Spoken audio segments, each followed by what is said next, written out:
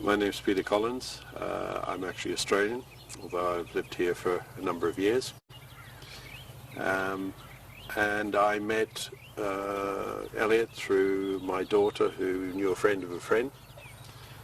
My own background is that I worked in Formula One for 15 years in teams, and then worked with drivers for another 10 years.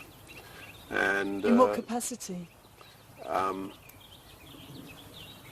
Helping them to develop, educating them, teaching them. And I don't mean teaching them to drive.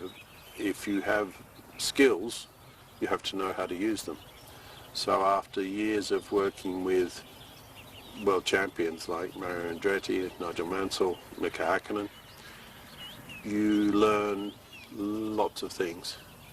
And what I've always tried to do is to shorten a driver's learning curve by imparting to them my knowledge acquired through third-party involvement with great drivers. So that's really my interest, my passion. Right, so you continue to do this then. Are you retired now? Yes. Yeah. So you do. Is this the only person you mentor at the moment, or are there several? No, there's a couple of other drivers. There's a Danish driver. There's an Indian driver, and a young Italian. So they don't compete in the same category, so I never have drivers where they're competing against one another. So there's no conflict of interest in any way. But really good drivers are artists. Driving is an art, and when you see an artist at work in a car, it's something you can't really describe. It's such a God-given skill to be able to drive in an elegant and extremely fast way. How would you describe Elliot and his skills? I think Elliot has developed enormously over the last 4 years, and I think he has a great deal of potential and a lot of skill. The thing that it really impresses me greatly, and it's an absolute essential for anybody who wants to succeed in motorsport, is that he has incredible desire and determination.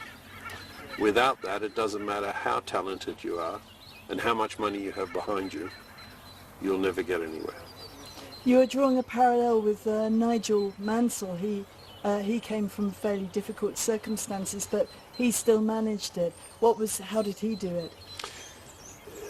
The first time I met Nigel Mansell, he just about broke my hand, because he's such a strong individual. And when I don't think it's an intentional thing, but his handshake makes an impression. Let's put it that way.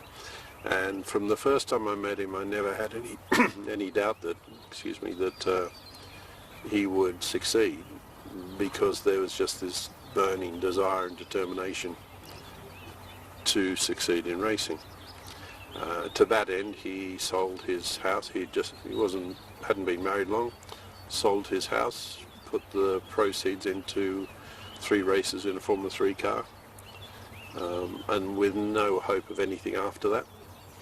He made an impression which led to another drive, and that's the story of Nigel's career, always doing something that attracted interest and gave him the next opportunity. What does Elliot have to do? He has to impress, and he has to have that same determination and desire, which is what I see. As I said, you can have all the skill and ability in the world, but if you don't have the desire and the determination to succeed, you never will. Today there is a lot of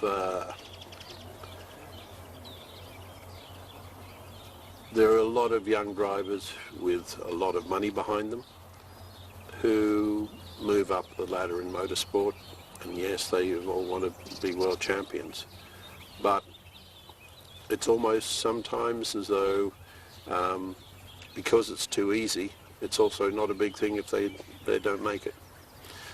And when you have only one possibility, which is to keep pushing and to keep moving on, and you have the desire to reach your goal, that's an incredible motivator to improve yourself and to do better and to win.